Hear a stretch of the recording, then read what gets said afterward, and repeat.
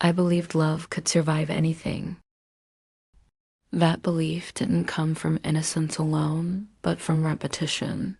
I had heard it in movies, read it in books, absorbed it from stories of people who spoke about distance as if it were a noble test rather than a constant negotiation. When our relationship became long distance, I didn't feel afraid. I felt chosen. Chosen to endure, chosen to wait, chosen to prove that what we had was strong enough to stretch across time zones and absence. I told myself that not everyone could do this, that the difficulty itself was evidence of depth.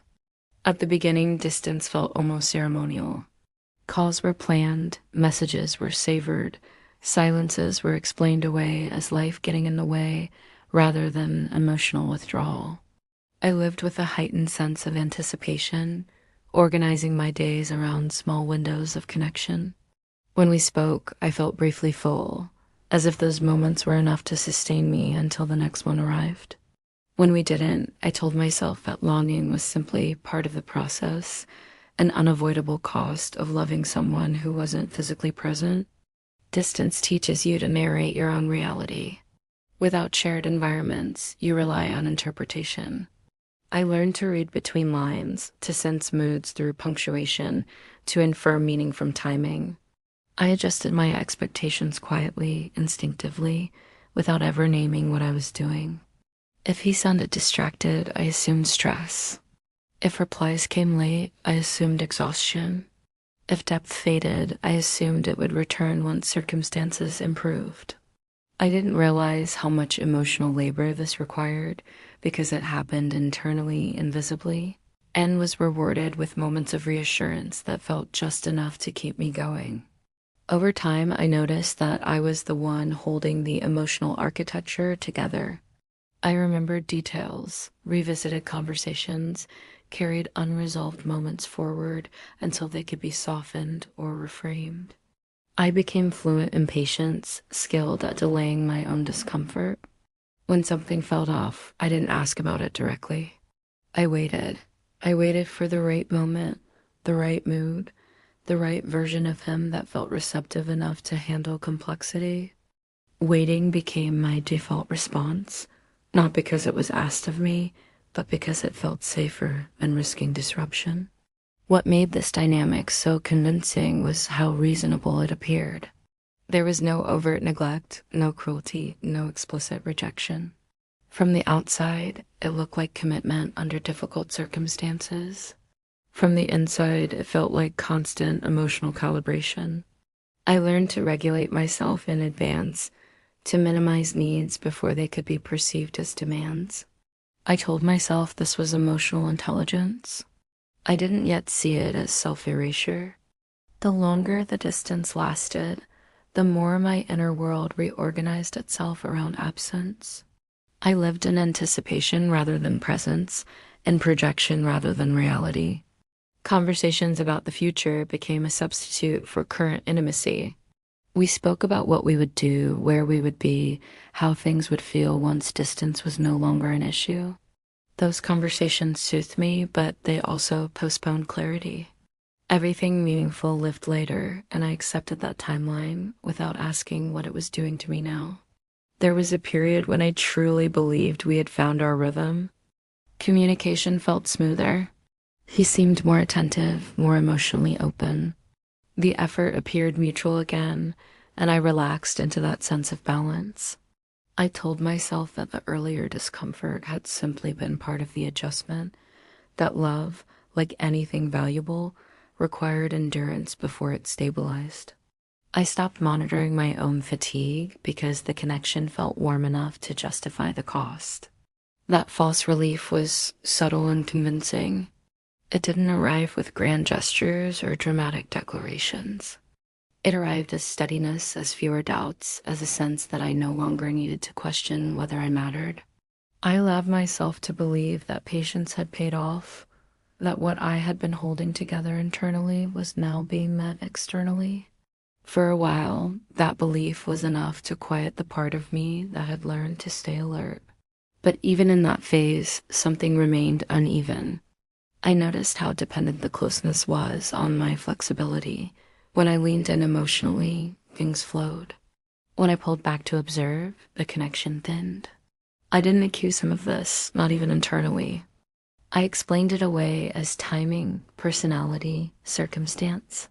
Still, my body held a quiet tension, the kind that comes from never fully exhaling.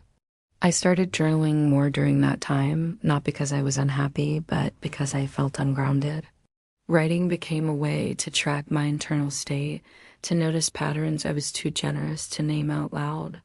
Some of those reflections later shaped an ebook I kept returning to, not as instruction, but as a place where my thoughts were allowed to exist without being negotiated or minimized. Reading my own words back felt strange.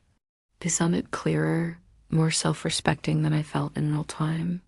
The shift didn't come from conflict. It came from exhaustion. One evening, after a conversation that was pleasant but emotionally thin, I realized I felt lonelier afterward than before.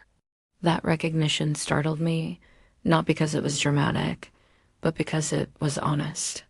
I noticed how often connection left me managing my own disappointment rather than feeling nourished. That pattern was quiet, consistent, and impossible to ignore once it surfaced. I began to see how distance had trained me, not just to wait, but to adapt preemptively. I edited myself before speaking, anticipating what might feel inconvenient or heavy. I softened truths into palatable fragments. I delayed clarity in favor of harmony. None of this was demanded explicitly. That was what made it so effective. I had internalized the responsibility for keeping things smooth, even at the expense of my own coherence. The internal twist came when I stopped asking whether long-distance love could work and started asking what it required me to become. That question shifted everything. It redirected my attention inward, where the answers were less flattering and more necessary. I saw how much of my emotional energy was devoted to sustaining possibility rather than responding to reality. I saw how often I confused hope with connection, patience with alignment. There was grief in that realization, but it wasn't loud. It was contained, reflective, almost respectful. I grieved the version of myself who believed that endurance was the same as devotion, that love measured by sacrifice was inherently deeper. I grieved how easily I had normalized emotional suspension, how familiar it had become to live slightly ahead of my own life, waiting for it to begin. I didn't confront him with these insights. Not because they weren't valid, but because they were mine to process first. I began a quiet recalibration. I allowed myself to want clarity without apologizing for it internally. I stopped translating silence into meaning and let it be what it was. I noticed how much space that created inside me, how much lighter my inner world felt when I no longer had to constantly interpret. Returning to that ebook during this period felt grounding. Not because it offered solutions, but because it reminded me of my own language, my own boundaries, my own emotional rhythms.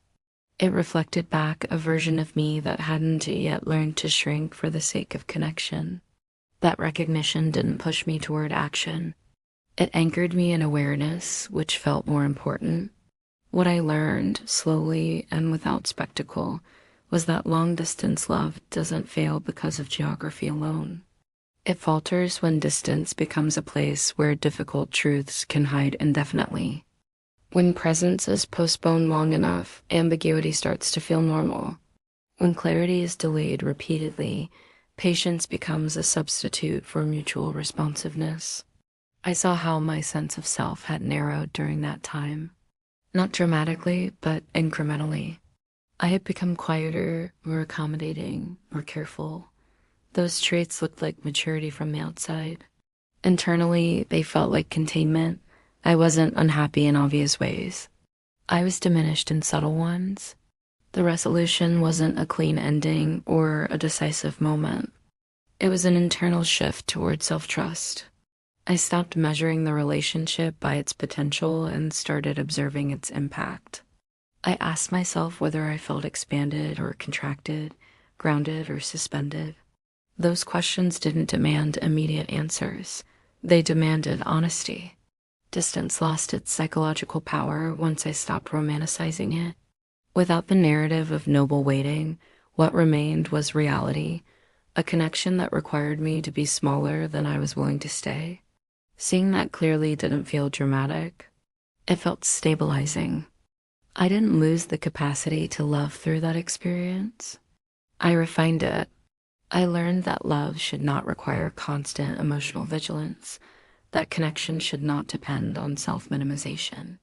I learned that waiting, when it asks you to disappear in the meantime, is not devotion, it is erosion. The clarity that followed wasn't loud or triumphant. It was quiet, steady, and deeply grounding.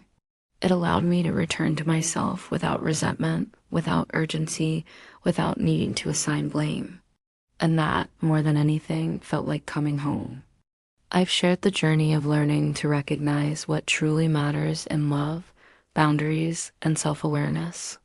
If you want a gentle guide to understanding your own patterns, gaining clarity, and cultivating meaningful connections, this ebook can support that reflection. You can download the ebook in the description. The link is in the description.